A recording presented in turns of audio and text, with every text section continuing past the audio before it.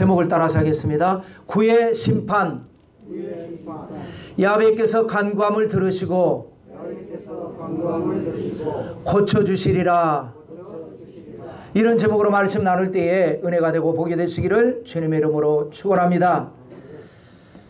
66 도세 온세포, 이것이 바로 이사야서의 구약 부분을 표현한 5가지 주제가 되겠습니다. 그래서 첫 번째로는 사명받을 때 메시지 6장, 두 번째 6은 전쟁 이야기, 그리고 세 번째가 바로 도세가 되는데, 그동안 이스라엘 백성들과 더불어 살면서 부딪혔던 이방 나라 혹은 이방 세력 13개의 대상에 대한 심판을 우리는 지금 공부를 하고 있습니다. 첫 번째로는 바벨론 심판했죠. 그 다음에 아불다 심판했습니다. 아수르, 블레셋, 다메섹. 다메섹은 아람이 되겠죠. 네 나라. 그 다음에 이제 우리가 모압 심판을 했고요. 그 다음에 오늘 이제 구의 심판이니까 6번째 구스와 7번째 애굽 심판이 되겠습니다. 자, 18장, 19장, 20장 3장인데요. 18장은 7절밖에 되지 않는 짧은 장입니다. 이 짧은 장에 구스에 대한 심판이고요. 그 다음에 19장은 26절까지니까 아주 길지는 않지만 그래도 긴 내용, 애굽에 대한 심판이고요. 자, 이렇게 구스 심판도 이야기했고 애굽 심판도 말씀을 했는데 20장에 가서 다시 한번 구스와 애굽을 묶어서 심판에 대한 말씀을 하는 것이 나옵니다. 의미가 있겠죠. 이미 말씀을 하셨는데 굳이 또 묶어서 또 말씀을 하시는 것이 어떤 의미인가? 구스와 애굽의 심판을 통해서 우리가 얻을 영적인 교훈은 무엇인가? 우리가 살펴봐야 되겠습니다. 3가지로 나누겠습니다. 첫째는 구스에 대한 예언의 말씀 18장이 되겠습니다. 먼저 구스가 어떤 나라인가 간단하게 살펴본다면, 우리는 아담의 후예인 것 같지만 더 자세하게 살펴보면 노아의 홍수로 모든 인류가 다 심판을 받았고, 노아와 그 세 아들을 통해서 인종이 번식해서 나갔습니다. 그래서 노아의 세 아들은 셈과 함과 야벳입니다. 그래서 항상 기록을 이렇게 하기 때문에 함이 둘째 아들인 걸 알고 있고요. 그 함은 4명의 아들을 낳습니다. 그래서 장남의 이름이 구스입니다. 구스, 그 다음에 미스라임, 붓, 가나안 이렇게 되는데, 이 장남 구스가 낳은 자식들이 또 있겠죠. 그 자식들과 그 후손들이 세운 나라가 구스라고 하는 나라가 됩니다. 그 중에 하나가 최초의 사냥꾼 니므롯도 이 혈통입니다. 자, 그러면 구약에서는 구스라고 기록되어 있고요. 신약은 별로 나오지 않지만 신약에서는 구스라고 하지 아니하고 에디오피아라고 기록을 합니다. 구약은 히브리어와 그리고 이제 포로 생활을 하니까 아람어를 썼죠. 그래서 구스는 아람어입니다. 그리고 에디오피아는 헬라 지배를 받았으니까 헬라어입니다. 뜻은 같습니다. 검다라고 하는 뜻입니다. 그러니까 피부 색깔이 검은 사람들이다, 이렇게 아람 사람들은 구스라고 표현했고 그리스 사람들은 에디오피아라고 표현을 한 것입니다. 또 구스에 대한 기록이 뭐가 나오죠? 모세가 광야 40년 인도하다가 아마 외로웠던가 보죠. 나이는 많은데 구스 여자를 취하였다. 그래서 형 아론, 누나 미리암이 이를 비방하니까 왜 너희가 모세를 비방하느냐 해서 미리암이 문둥병에 걸렸던 사건에 바로 구스 여자가 있었습니다. 그러니까 애굽에서 나올 때 중단 잡족이 나왔다 그랬는데 그 여러 민족 중에 구스 사람도 있었다라는 겁니다. 그 다음에 이제 솔로몬 시대에 스바 여왕이 많은 예물을 가지고 찾아와서 어려운 질문을 하고 솔로몬이 답변을 달라 하니까 그 선물을 다 주고 떠났다 라는 것이 성경의 기록인데요. 이 성경 기록 외에 여러 가지 이제 자료들이 있지 않습니까? 그 자료에 어떤 이야기가 나오냐면, 이 솔로몬한테 왔다가 그냥 간 것이 아니라 하룻밤 같이 잠을 잡게 됐고, 그래서 아이를 잉태해서 스바 여왕은 자기 나라로 돌아갔고, 그 태어난 아이가 이름이 메넬리크라고 하는 이름이 많아요. 그래서 메넬리크 1세인데 그 메넬리크 1세가 세운 나라가 바로 에티오피아다. 이런 이제 기록들이 많이 있습니다. 우리로 말하면 이제 정사가 있고 야사가 있지 않습니까? 그 성경 외에 많은 기록들. 자, 그 다음에 솔로몬이 죽고 난 다음에 왕국이 남왕국과 북왕국으로 분열이 되죠. 그래서 솔로몬 말년부터 우상 숭배했고 북왕국은 뭐 그렇다 치고 남왕국의 초대 르호보암도 우상 숭배하고 올바르지 않았고 2대 아비암도 아비얌이라고도 하고 아비야라고도 하는데 이 사람도 올바르지 않았는데 3대 아사가 우리가 왕들의 리더십 공부한 것처럼 처음으로 개혁을 일으킨 군주다. 그래서 이 개혁을 통해서 올바로 하나님의 축복을 받아서 10년 동안 나라가 평안했는데 10년 동안 평안하니까 뭐 교만해지고 이런 것도 아닌데 10년 만에 전쟁이 일어납니다. 구스 사람 세라가 100만 대군을 이끌고 쳐들어옵니다.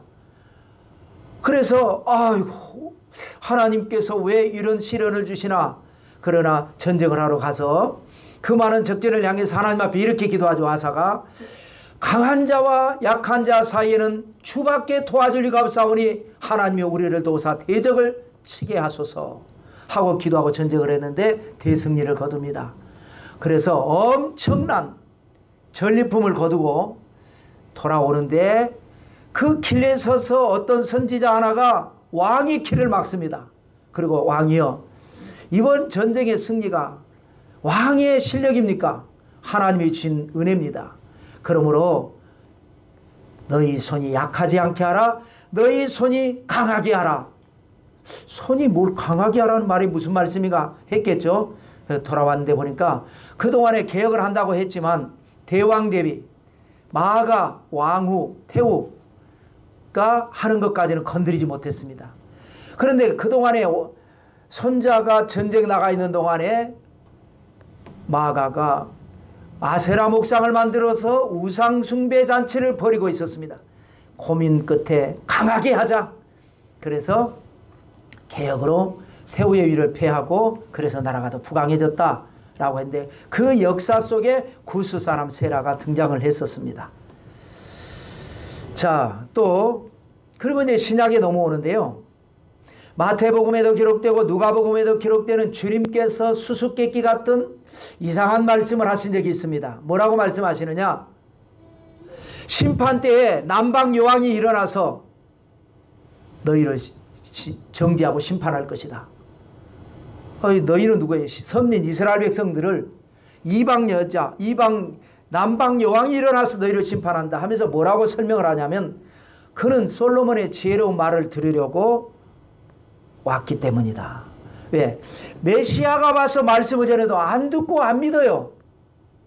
그런데 솔로몬은 아무리 훌륭해도 메시아보다 못한데 그 솔로몬의 훌륭한 말을 듣겠다고 그 먼 곳에서 스바 여왕이 찾아와서 많은 예물을 주고 갔지 않습니까? 그러니 너희보다 더 낫다.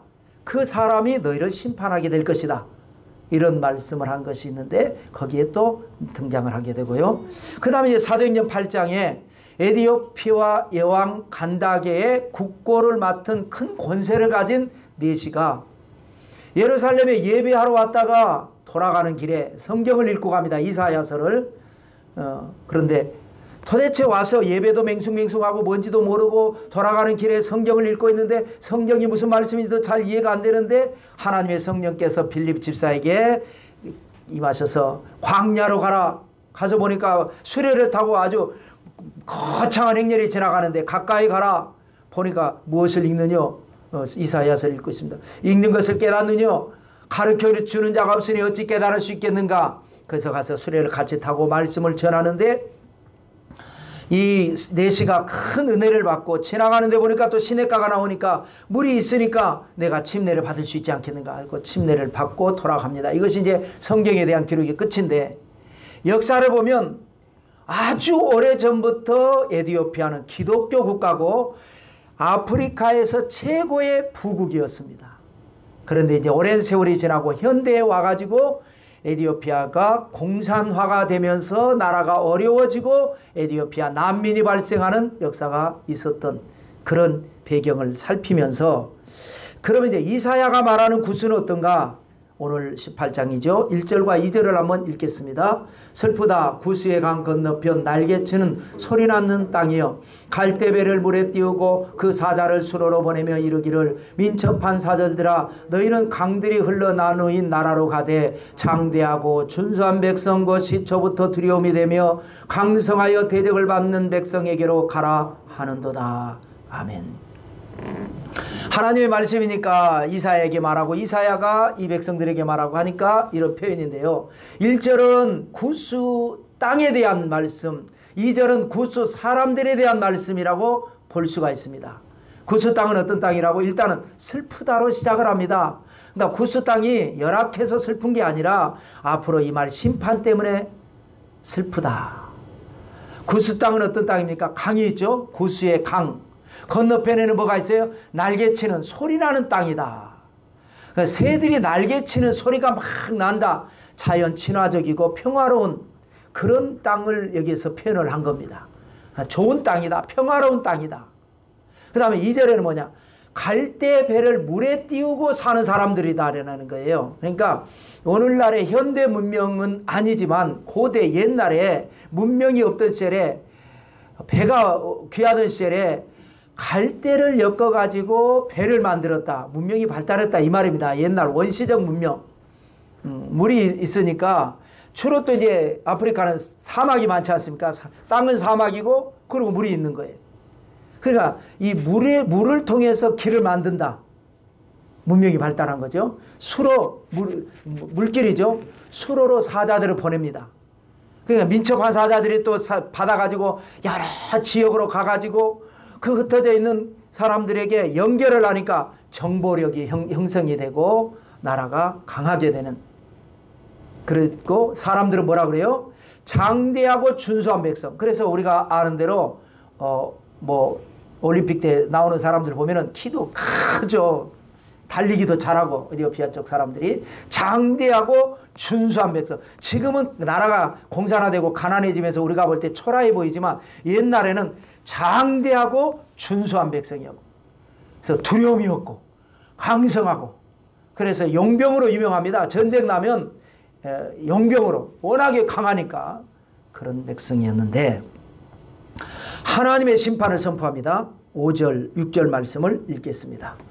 추수하기 전에 꽃이 떨어지고 포도가 맺혀 익어갈 때에 내가 낫으로 그 연한 가지를 베며 퍼진 가지를 찍어버려서 산의 독수리들과 땅의 들짐승들에게 던져주리니 산의 독수리들이 그것으로 여름을 지내며 땅의 들짐승들이 다 그것으로 겨울을 지내리라 하셨습니다. 여러분 추수가 이제 거의 다 온 거예요. 그동안 심고 자라고 거름주고 얼마나 힘들었겠습니까? 근데 추수하기 전에 꽃이 떨어져 버려요. 이게 뭔가 이상한 거죠. 아직 열매는 안 떨어졌지만 추수하기 전에 꽃이 떨어지고 포도가 이제 맺혀가지고 익어갈 때에 낫으로 베버립니다. 익고 난 뒤에 베야 되는데 낫으로 베버린다 라는 말씀이 나옵니다. 그러니까 이거는 이제 비유죠. 구스 사람들을 전쟁이 일어나니까 이 사람들이 죽죠. 많이. 피워보지도 못한 젊은이들이 죽습니다. 죽으면 어떻게 돼요?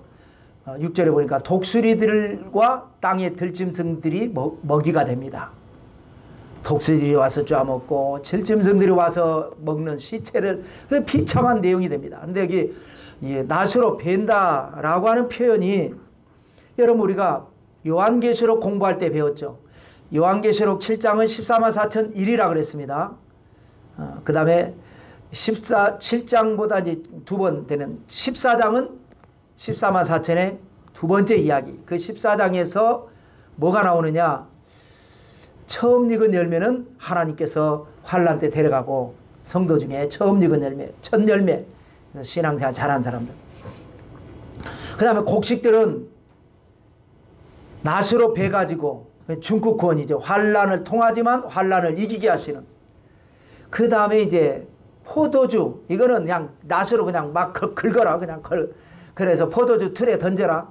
그래서 이제 밟아가지고 즙을 짜야 되니까 밟는데 1600 스타디온에 막 피가 튀더라는 거죠.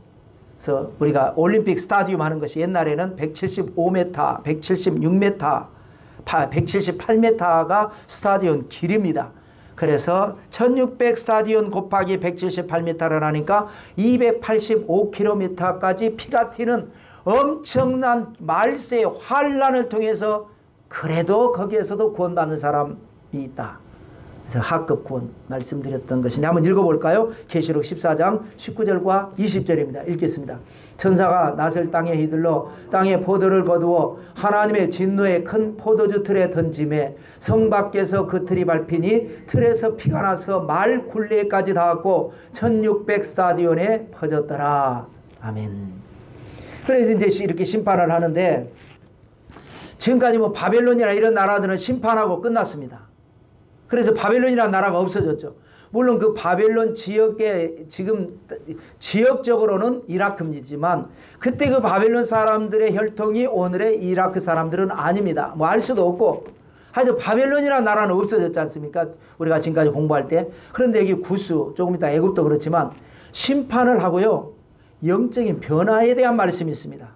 영적인 이런 심판을 통해서 영적인 변화가 일어나는 말씀이 7절 말씀인데 읽겠습니다.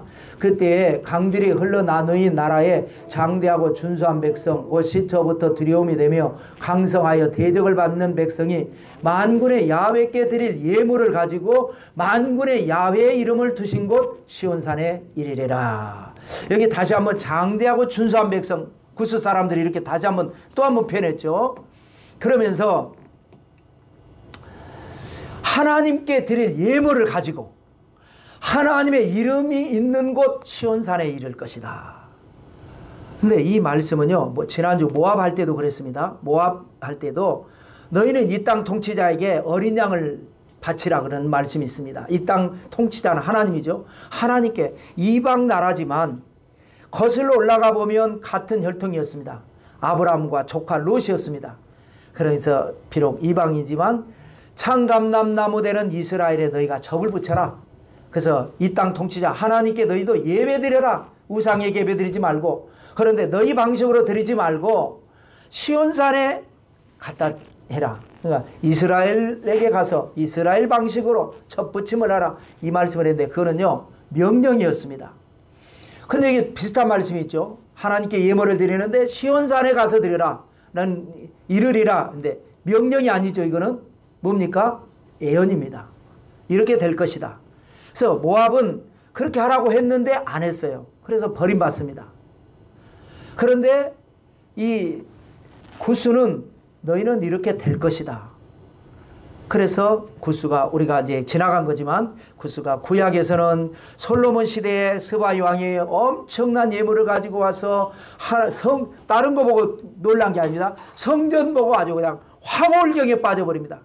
그러니까 뭔가 영적으로 준비된 나라. 신약에 와서는 어떻게 구했는지 이사야서를 읽고 그 먼 곳에서 많은 예물을 가지고 예루살렘에 예배드리러 오는 사람. 뭔 말씀인지도 모르면서도 와요. 하나님의 택한 백성은 그런 겁니다. 말씀을 이해도 못하는데 물론 이제 이해되는 부분도 있고 못하는 부분인 건 거겠죠. 그래서 왔는데 아마 은혜도 못 받고 갔을 거예요. 어디서 어떻게 예배 드리는지 뭐 알려준 사람도 없고 우리가 이사 가서 낯선 곳에 가서 다른 교회 가면은 참 서먹서먹하지 않습니까? 그러고 돌아가는데 하나님께서 역사하셔서 빌립 집사를 통해서 은혜를 받고 깨닫고 침례받고 돌아가는데 그리고는 성경에 더 이상 기록은 없지만 하여튼 에티오피아는 기독교 국가였고 하나님 잘 믿었고 하나님의 축복을 받아서 아프리카의 부국이었었던 그런 역사, 영적인 변화가 일어난다 라는 말씀. 자, 두 번째로는 애굽에 대한 심판입니다. 이거는 길다 그랬죠. 19장 말씀. 자, 심판을 보겠습니다. 1절, 2절, 3절, 4절을 길어서 조금 줄여갖고 한번 읽겠습니다. 애굽에 관한 경고라. 내가 애굽인을 격동하여 애굽인을 치리니 그들이 각기 형제를 치며 각기 이웃을 칠 것이요 애굽인의 정신이 그 속에서 쇠약할 것이요 내가 애굽인을 잔인한 주인의 손에 붙이리니 포악한 왕이 그들을 다스리리라. 주 만군의 야훼의 말씀이니라. 아멘. 2절에 보니까 애굽인을 격동해서 애굽인을 친다. 내부 분열을 말합니다. 그러니까 여러분, 우리가 클레오파트라 시대에도 아버지 왕이 죽으면서 남동생하고 누나 클레오파트라를 결혼을 시켜가지고, 그래서 두 사람에게 공동왕위를 물려주고 죽지 않습니까? 그런데 둘이 서로 이제 둘 사이에는 어떻게 뭐 혈연이 있으니까 좀 괜찮겠지만 그 세력들이 가만히 있겠습니까? 왕위를 독점하기 위해서 서로 싸우는 찰나에 로마의 군대가 들어오니까 로마의 장군 율리우스 카이사르에게 이 클레오파트라가 미모로 유혹을 해가지고 결국 동생을 몰아내고 자기가 왕위를 차지했던. 그러니까 서로 싸우는 겁니다. 애굽인이 애굽인을 치는. 그러니까 어떤 결과가 됩니까?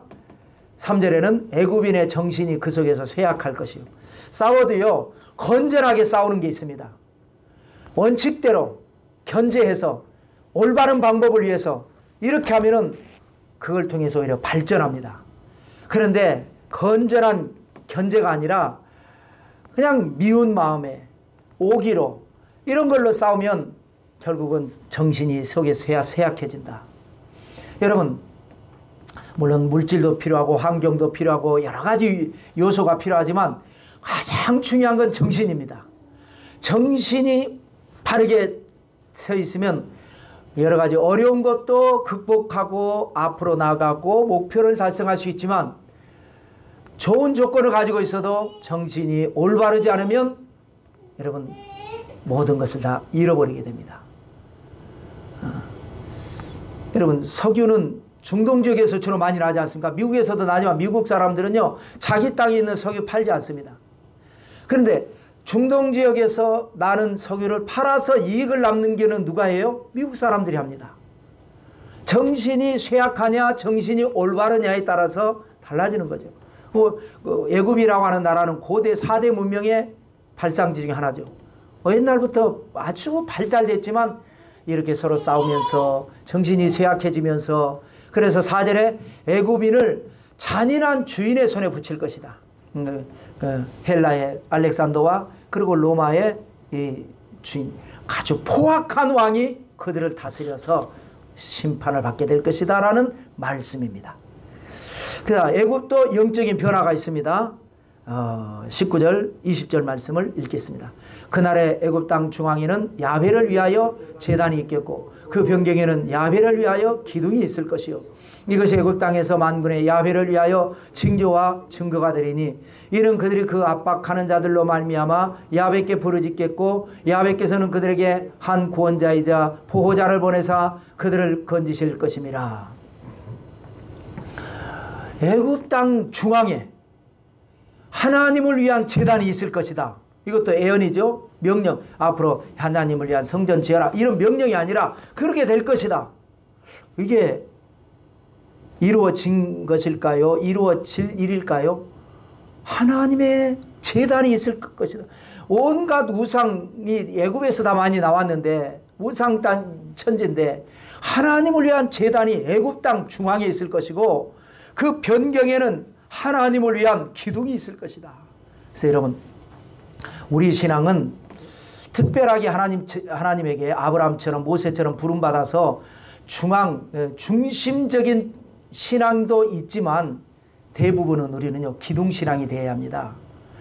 기둥이 변경이라는 것은 사이드 아닙니까? 외곽 아닙니까? 변경에서 기둥이 받치고 있기 때문에 중앙 재단에서 예배가 드려지는 겁니다. 우리가 사업도 그렇고 인생도 그렇고 우리 신앙도 그렇고요. 하나님께서 나를 세우셨으면 내가 중심적으로 역할을 해야 되지만 그렇지 않을 때는 우리는 각자 변경해서 기둥이 돼서 받쳐줄 때에 합력해서 선을 이루고 하나님께서 나중에 성전의 기둥이 되게 하리라. 하늘나라가 성전에 가서 우리가 그런 축복을 받는 거죠. 그래서 애굽이 이 일이 언제 이루어질 것인가, 아직까지 현재까지는 이루어지지 않은 것인가, 혹은 중간에 그런 적이 있었던가, 그는 저는 모르겠습니다. 현재는요, 이집트는 이슬람 수니파가 90%입니다. 그리고 그래도 감사하게 10%가 기독교입니다. 인구가 많으니까 그래도 10%라 해도 꽤 되겠죠. 근데 이 수니파라는 게 이슬람은 수니파가 있고 시아파가 있죠. 어감상으로 볼 때는 시아파가 뭔가 강할 것 같고 수니파는 순하잖아요. 그래서 순할 것 같은데 반대입니다. 수니파가 아주 그냥 강한 파입니다. 막 테러 일으키고 막 코란이 아니면 죽음을 받아라 이런 파고, 시아파는 그래도 비둘기파입니다. 이집트는 아주 강성이죠. 수니파가 90%고 기독교가 10%인데 그 기독교 10%에 대한 말씀인 건지 아니면 앞으로 또 어떤 변화가 일어나서 애굽에 어떤 영적인 변화가 일어날 것인지는 알 수 없지만 하여튼 이런 말씀이 기록되어 있습니다. 또 20절 그 중간에 보니까 압박하는 자들로 말미암아 하나님께 너희가 부르짖게 된 것이다. 이집트도 많은 어려움이 있었죠. 하나님께 어려움 당할 때 너희가 하나님께 기도할 것이고, 하나님께 기도하면 하나님께서 너희를 위해서 구원자를 보내고 보호자를 보내서 너희를 건지실 것이다 라고 하면서 오늘 제목의 말씀처럼 야훼께서 그들의 간구함을 들으시고 그들을 고쳐주시리라는 말씀이 있습니다. 자, 그래서 구스도 심판과 영적 변화, 애굽도 심판과 영적 변화가 있는데 여기에 하나 더 추가됩니다. 하나님의 축복이 약속되어 있습니다. 축복의 말씀이 있습니다. 구스에는 없고 다른 이방 나라들에는 없는 애굽에는 축복이 약속되어 있는데, 아수르 말씀 나눌 때에 이거 제가 인용한 바 있습니다. 아수르도 하나님이 사용하시고 그럼 버리시는 게 하나님 앞에 참 섭섭한 거 아니야. 하나님께서 그들을 버리지 아니하시고 축복하신다. 그래서 세 나라를 언급했던 것을 한번 읽어볼까요? 이사야 19장 24절과 25절입니다. 읽겠습니다. 그날에 이스라엘이 애굽 및 아수르와 더불어 셋이 세계 중에 복이 되리니 이는 만군의 야훼께서 복주시며 이르시되 내 백성 애굽이여 내 손으로 지은 아수르여 나의 기업 이스라엘이여 복이 있을지어다 하실 것임이라. 이스라엘이야 선민이니까 뭐 예수 하나님 축복받고 나중에 예수 믿는 사람 뭐 축복받는다는 말이 되지만, 애굽 철천지 원수 아수르 북왕국을 멸망시킨 나라, 이 세 나라를 언급하면서 더불어 셋이 세계 중에 복이 될 것이다 라는 말씀. 그리고 25절에는 하나님께서 호칭을 하는데 내 백성 애굽이여 라고 하는 애정 가득한 말씀으로 이 애굽을 축복하겠다고 하는 말씀이 약속이 되어 있습니다. 자, 그 다음에 이제 세 번째로 구스와 애굽 멸망에 대한 예표와 교훈입니다. 이사야 20장 6절밖에 되지 않은 짧은 내용이지만 굳이 왜 구스도 심판하고 애굽도 심판했는데 또다시 멸망에 대한 이 예표를 보여주신 것일까 라고 하는 말씀을 한번 살펴보면서, 여러분 이사야의 퍼포먼스 예표입니다. 이게 예표가 우리가 행위예술이라는 말을 많이 듣죠. 예술이라고 하면은 뭐 음악은 음악, 뭐 미술은 미술대로 붓이나 또 어떤 악보로 표현을 하는 것인데, 행위예술은 뭡니까? 표현하고자 하는 것을 사람의 몸으로 표현하는 것을 행위예술이라고 합니다. 그것을 영어로는 퍼포먼스 아트라고 하죠. 그런데 예언도요, 하나님의 말씀을 예언하는 건 뭐예요? 말로 하는 거지 않습니까? 하나님의 말씀, 이스라엘아 들으라 뭐 이렇게 말로 하는데, 가만히 보면 선지자들의 예언이 보면요, 어떨 때는 행위 예언이 종종 있었습니다. 오늘 본문에 나오는 것이 바로 이사야의 행위 예언입니다. 한번 읽어볼까요? 20장 3절 말씀을 읽겠습니다.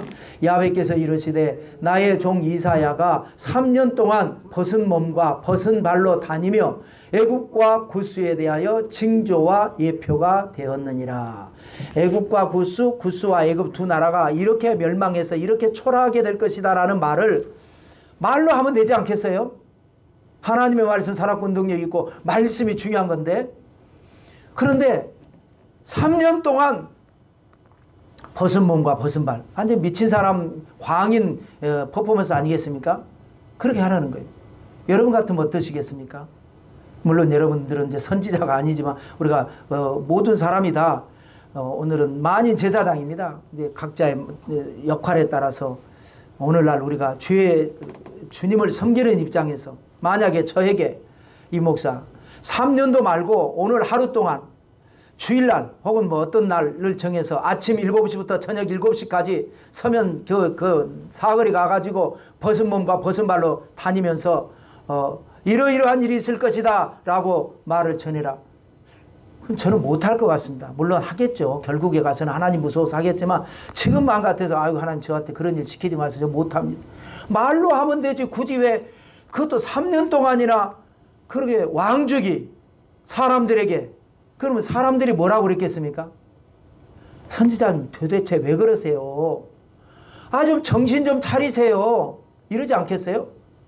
대부분 이러지. 아, 무슨 뭐 예표입니까? 이러지 않을 것 같습니다. 제가 생각할 때는.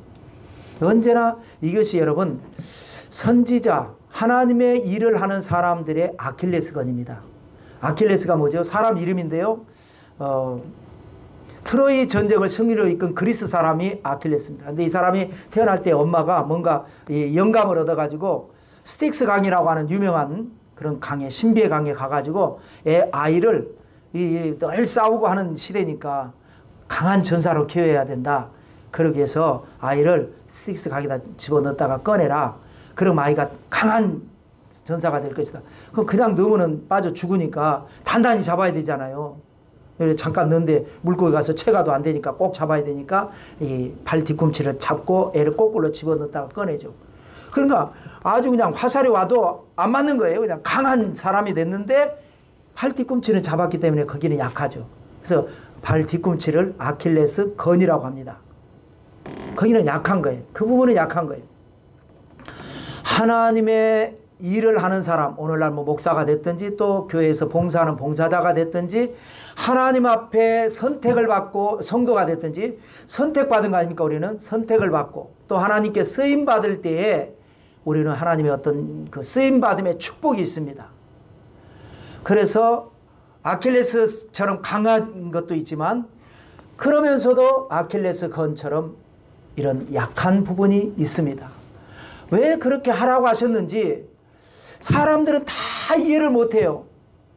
그런데 하나님은 그렇게 하라고 하시는 거예요. 이게 이제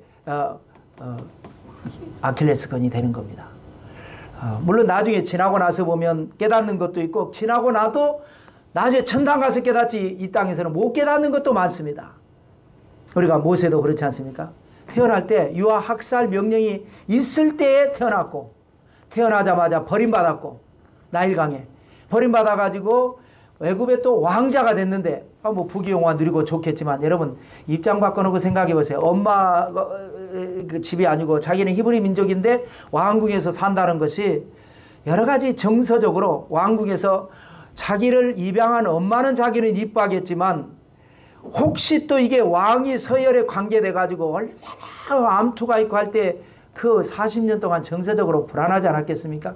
40년 만에 유모로 들어온 친어머니한테 듣고 너는 히브리 민족이다. 앞으로 너는 이스라엘 백성들을 구원해야 된다. 출애굽해야 된다. 뭐 들었겠죠. 그래서 나이 40이 돼서 왕자의 신분으로 했을 때에 하나님께서 실패하게 하시고 도망가게 하시고 또 다시 다른 40년 동안을 이번에는 강한 부유한 나라가 아니라 가난한 나라 미디안에서 처가살이 하면서 양치기가 되게 하시고 그래서 하게 하셨는데 하나님께서 말씀하셨고 하나님께서 뜻하셨으면 한 방에 애굽의 바로를 무릎을 꿇칠 수 있는데 10가지 재앙이 내리는 동안에 이스라엘 백성들은 더 고통을 당하게 하시고 그래서 나오게 하시고 홍해를 건너게 하시고 홍해도 안 건널 수 있는 직진하는 길이 있는데 돌이켜서 바닷가에 머물게 하시고 그래서 갈라서 건너게 하시고 추격하는 군대는 수장되게 하시는 그럴 때마다 이스라엘 백성들은 왜 우리에게 이런 일이 일어나느냐. 그러니 모세 입장에서는 하나님 이렇게 하지 않고 그냥 이렇게 하면 안 될까요? 그런데 하나님께서 모세를 통해서 하게 하시는 사람들은 이해하지 못하고 하나님은 하게 하시는 그게 죄에 일어나는 사람들의 아킬레스건입니다. 또 바울은 어땠나요? 이방인의 사도로 쓰임받은 것은 좋지만 그는 사탄의 가시가 있었다 그랬어요. 사탄의 가시. 그것이 어떤 것인지는 알 수 없지만 일각에서는 간질병이었을 것이다. 그래서 설교하다가도 말고 퍽 쓰러져서 거품 물고 눈 뒤집고 발발발발발 거렸을 것이다. 그래서 하나님 내가 기도해서 죽어가는 사람도 살려내는데 내 병 좀 고쳐주십시오. 기도하니까 하나님께서 기도하지 말아라. 내가 내게 큰 은사를 줘서 큰 일을 하니까 자고하지 않기 위해서, 교만하지 않게 하기 위해서 내가 허락한 사탄의 가시다. 그래서 평생을 달고 살았던, 꼭 그래야만 되는가? 그래야만 되는 일들이 있는 겁니다. 지금까지 언급한 이런 일들은 저에게는 없었지만 저는 가끔 그런 생각해 봅니다. 저는 저대로 이런 일이 있습니다. 마치 조금 이거는 좀 세상적인 얘기지만 손오공이 말이죠. 부처님 말씀 잘 안 들으면 막 여기가 쪼이는 거 있지 않습니까? 저도 아킬레스건이 있습니다. 누구나 다 있을 겁니다. 그거는 그래서 서로 합력해서 교회가 하나님이 세우신 주의 종을 교회와 성도가 그 연약함을 돕고 합력할 때에 영적 전쟁에서 승리하게 되고, 그 영적으로 승리할 때에 교회는 부흥하고 성도는 복을 받는 겁니다. 그런데 이제 우리가 마음이 성숙하지 못하다 보니까 왜 이렇게 하느냐 이거죠. 왜 이렇게 하느냐 그러면 또 하나님은 하라 그러지 성도님들은 이해를 못하지. 그러면 또 이제 약해져 버리지. 그러면은 마귀에게 우리가 지게 되는 것이고 교회는 부흥할 수가 없고 성도는 복을 받을 수가 없는 것입니다. 자, 그래서 오늘날에도 우리는 영적 전쟁을 승리하는 하나님의 교회가 되고 하나님의 사람이 되시기를 주님의 이름으로 축원합니다. 하나님은 반드시 역사하십니다.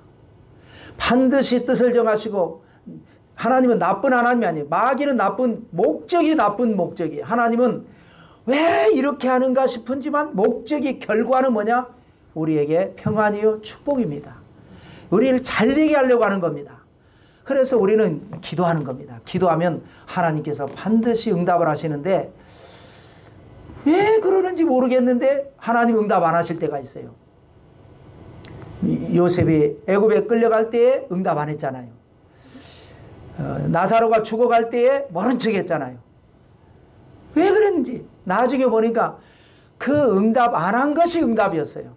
그랬기 때문에 애굽에 가서 국무총리가 됐고 7년 환란을 예피하는 7년 6년의 때에 떵떵거리는 권세를 누리게 하시는 역사. 나사로가 죽었기 때문에 사망 권세를 이기고 부활시키고 그 나사로의 부활 때문에 많은 유대인들이 믿고 그것에 불안감을 느낀 제사장들이 예수님을 십자가에 못 박고, 그래서 결국은 하나님의 구원의 역사가 이루어진 것입니다.